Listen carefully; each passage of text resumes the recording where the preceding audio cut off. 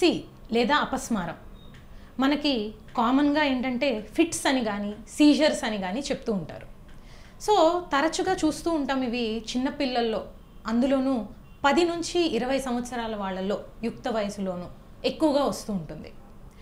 ముఖ్యంగా దీనికి కారణాలు ఏమై ఉంటాయి అని గనక చూస్తే చిన్నపిల్లల్లో అయితే గనక ఫీవర్ మొట్టమొదటి కారణం. 10 మంది పిల్లలకు కనుక ఫీవర్ వస్తే వాళ్ళల్లో ఒకళ్ళకి ఫిట్స్ వచ్చే అవకాశం ఉంటుంది. ఎస్పెషల్లీ 1 ఇయర్ నుంచి 6 ఇయర్స్ దాకా ఈ ఫెబ్రైల్ సీజర్స్ అనేది చాలా కామన్గా చూస్తాం. దీనికి కారణం ఏంటి అంటే మన బాడీలో టెంపరేచర్ రెగ్యులేషన్స్కి ఒక మెకానిజం ఉంటుంది. బ్రెయిన్లో దానికి ఒక థర్మోస్టాట్ అనేది ఉంటుందన్నమాట.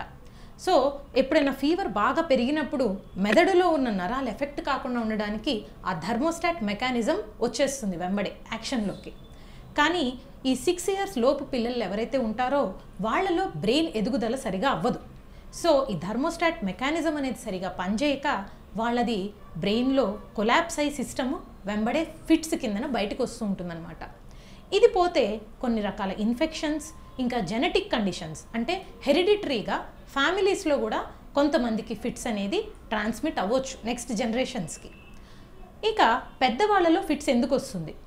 షుగర్ తగ్గడం, సోడియం తగ్గడం, ఇన్ఫెక్షన్స్ రావడం, ఇలాంటివి కాకుండా కొన్ని సీరియస్ కండిషన్స్ అంటే మెదడులో ఏదైనా రక్తస్రావం జరగటం కానీ, లేకపోతే స్ట్రోక్ రావడం అంటే రక్తం గడ్డగట్టడం కానీ, దెబ్బ తాకినప్పుడు బ్రెయిన్లో ఒక్కొక్కసారి బ్లీడింగ్ జరుగుతుంది, లేదా ఫ్రాక్చర్స్, ఇంకా నరాల్లోని ఉబ్బు రావడం, ఇలాంటప్పుడు కూడా ఫిట్స్ అనేది వస్తూ ఉంటాయి. ఇక బాగా పెద్ద వయసు వాళ్ళల్లో కొన్ని రకాల క్యాన్సర్స్, వేరే చోట ఎక్కడన్నా క్యాన్సర్ ఉంటే మెటాస్టాసిస్ అనేది కూడా బ్రెయిన్లో వస్తూ ఉంటాయి. ఇకపోతే ఇవన్నీ కాకుండా మనకి ఒక్కొక్కసారి ఆల్కహాల్ తాగటం వలన కూడా ఫిట్స్ అనేది వస్తూ ఉంటాయి. కొంతమందిలో ఆల్కహాల్ విత్డ్రాయల్ ఫిట్స్ అని కూడా చూస్తూ ఉంటాం. కొన్ని రకాల డ్రగ్స్, ఇంకా మారక ద్రవ్యాలు ఇలాంటివి వాడటం వలన కూడా ఫిట్స్ వస్తూ ఉంటాయి. ఫిట్స్ వచ్చిన టైంలో ఫస్ట్ ఎయిడ్ కింద ఏం చేయాలి అనేది అందరికీ అవగాహన ఉండకపోవచ్చు. కొంతమంది చెప్తారు కర్పూరం వాసన చూపించండి, లేకపోతే కనుక చేతిలో ఒక తాళాల గుత్తి పెట్టండి, ఇనుప సామాన్ ఏమన్నా పెట్టండి అని.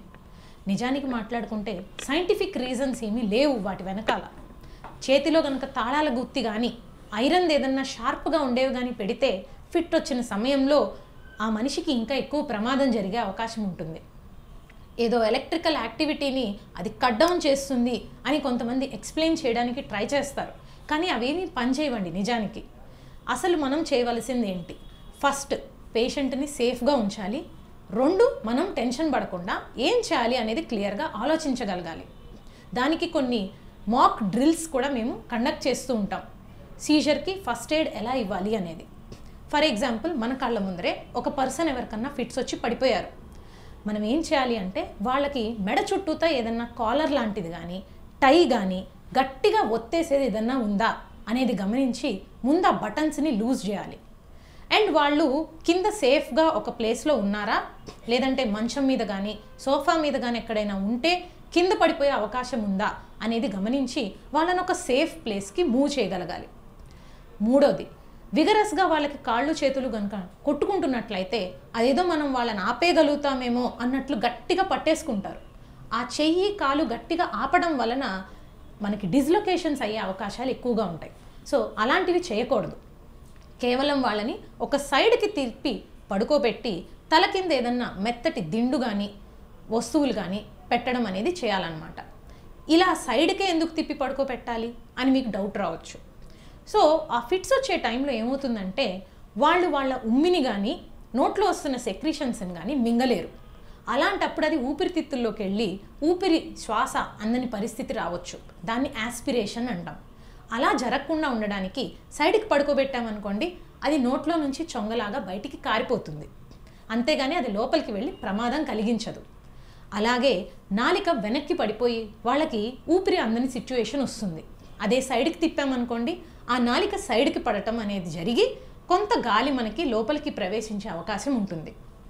ఇక ఇవన్నీ కాకుండా 2 మినిట్స్ లేదా 3 మినిట్స్ దాకా ఫిట్ వచ్చినా పర్వాలేదు.